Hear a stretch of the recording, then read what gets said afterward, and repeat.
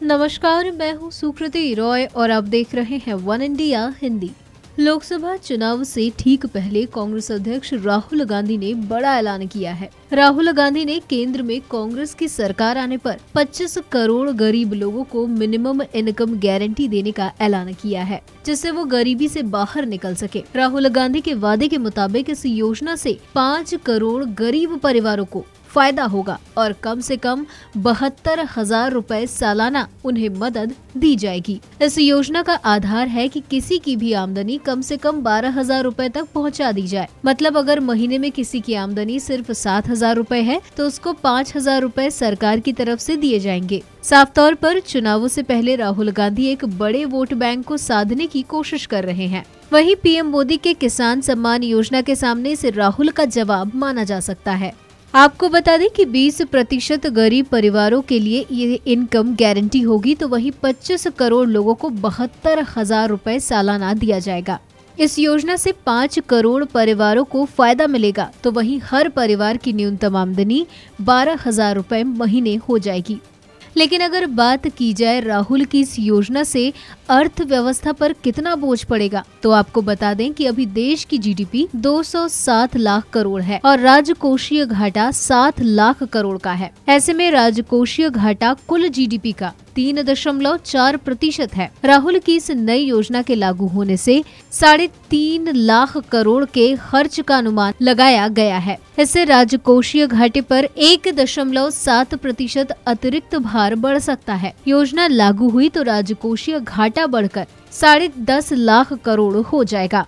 वहीं इस योजना का ऐलान करते हुए राहुल गांधी ने कहा था, तो कांग्रेस पार्टी गारंटी करती है कि हिंदुस्तान के 20% सबसे गरीब परिवारों को, शौक मत होना, अभी धमाका बजने जा रहा है,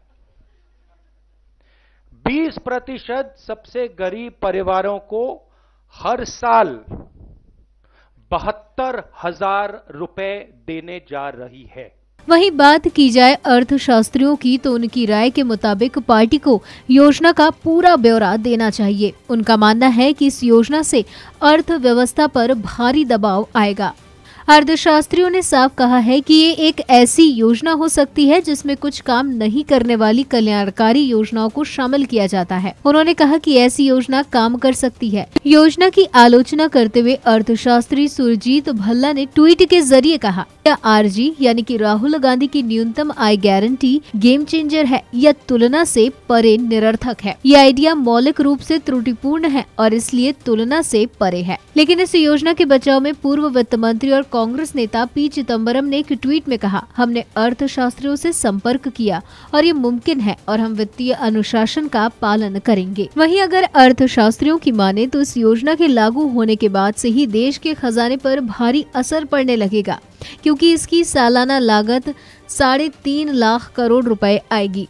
वहीं कई अन्य अर्थशास्त्रियों ने ये माना है कि एक ऐसी योजना हो सकती है जिसमें कुछ काम नहीं करने वाली कल्याणकारी योजनाओं को शामिल किया जाता है। उन्होंने कहा कि ये एक ऐसी योजना काम कर सकती है। बता दें कि केंद्रीय वित्त मंत्री अरुण जेटली ने 25 करोड़ गरीब लोगों को सालाना 72,000 रुपए आय मुहैया कराने के कांग्रेस के चुनावी वादे को एक धोखा करार दिया है। उन्होंने कहा कि ये धनराशि नरेंद्र मोदी सरकार द्वारा मौजूदा प्रत्यक्ष लाभ अंतरण द्वारा मुहैया कराई जा रही राशि के 2/3 से भी कम है। सरकार द्वारा मुहैया कराई जा रही कुल सब्सिडी राशि का जिक्र करते हुए जेटली ने कहा, 5.5 लाख करोड़ रुपए गरीबों को पहले ही वितरित किए जा रहे हैं। उन्होंने कांग्रेस पर गरीबी के मुद्दे पर पिछले 50 सालों से देश को गुमराह करने का आरोप लगाया। उन्होंने कहा कि गरीबी हटाओ का नारा देने के बाद भी यदि आज आप सोचते हैं कि 20% लोगों की आय 12,000 रुपए भी नहीं है, तो देश के गरीबों को नजरअंदाज करने की जवाबदेही आपकी ही बनती है। फिलहाल इस वीडियो में इतना ही।